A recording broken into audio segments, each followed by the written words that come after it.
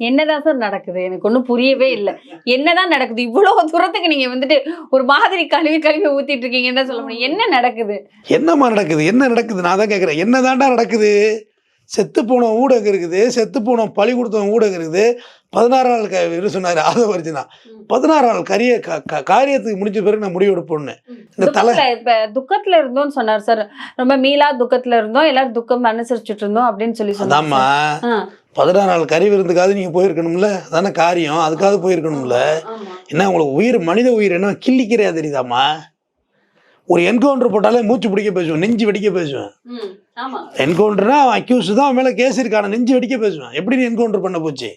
உனக்கு யார் அந்த ரைட்ஸை கொடுத்ததுன்னு?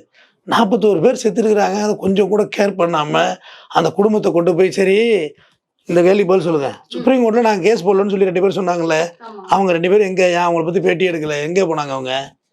எங்கள் கையெழுத்து ஆகிட்டு போய் ஏதோ போட்டிருக்காங்க, எங்களுக்கு என்னென்ன தெரியாதுன்னு சொன்னாங்கல்ல, அவங்களாம் எங்கம்மா? சரி, கேஸு சுப்ரீம் கோர்ட்டு தானே போச்சு, இது சிபிஐக்கு தானே போச்சு. அதுக்கே வெடி வெடிச்சிங்க? அதுக்கே வெடி வெடிச்சிங்க? சிபிஐ வந்துட்டு விஜய்க்கு ஆதரவா வந்துட்டு சிபிஐக்கு போயிடுச்சு, கேஸ் வந்து சிபிஐக்கு போயிடுச்சுன்னு ஒரு ஆனந்தத்துல வெடி வெடிச்சிட்டாங்க. அது விஜய்க்கு ஆதரவா அந்த வார்த்தையை அழுத்தி சொல்லிட்டு போங்களா, உங்களுக்கு ஆதரவா போயிட்டு.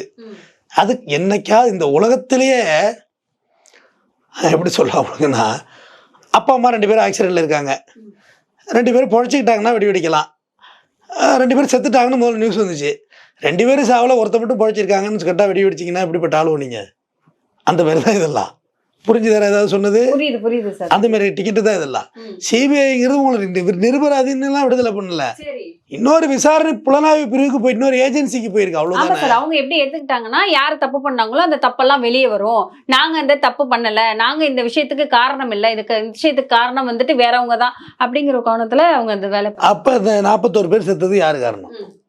யாரை பார்க்க வந்தாங்க? யாரை பார்க்க வந்தாங்க? அப்ப அவர் தானே பொறுப்பு, அவர் தானே பொறுப்பு. அவங்க சுத்தி வளைச்சு காவல்துறை மேல தானே சார் சொல்றாங்க. காவல்துறை சரியான பாதுகாப்பு போடல, காவல்துறை சரியான அறிவிப்புகள் கொடுக்கல, நிறைய ஆம்புலன்ஸ் வந்து விஜய் அவர்கள் வரதுக்கு முன்னாடி நிறைய பேர் மயக்கப்பட்டு விழுந்துட்டாங்க அப்படிங்கிற விஷயங்கள் தானே முன்னாடி காவல்துறை தான் சொல்லிட்டாங்க. இவர் நின்று லைட்டை போட்டு அணைச்சு காமிச்சார்லம்மா. ஒரு விளக்கு அணையுது, ஆப் ஆகுது. ஏங்க விஜய் பார்த்தாலே போதுங்க, நீங்க வேற எங்கிட்டு வர்றாங்க. ஒரு விளக்கு அணையுது, ஆப் ஆகுது, 2 ஒரே அர்த்தம் தான். அணையுது, ஆப் ஆகுது, அணையுது, ஆப் ஆகுது. அப்படிலாம் பண்ணி விளையாட்டு காமிச்சது யாரு? விஜய் தான். போலீஸ் தான் அப்பயே சொல்லிட்டாங்களே, ஏங்க வர சொல்லுங்க, அவரை ஏங்க போட்டு அணத்துறீங்க? ஏன்னா மாநாட்டுக்கே 35 நிமிஷம் பேசினவர், இங்கே 3.5 நிமிஷம் பேச போறாரு. என் நெஞ்சில் பஞ்சில் குடியிருக்கும், அவ்வளோதானே. பேசி விட்டு போப்பா, டயத்தை ஏன் பண்ணி அணத்திக்கிட்டு போப்பா, ஒரு லைக்கை தட்டிட்டு போப்பா, இந்த அளவுக்கு தானே அவர் பேசியிருக்க போறாரு.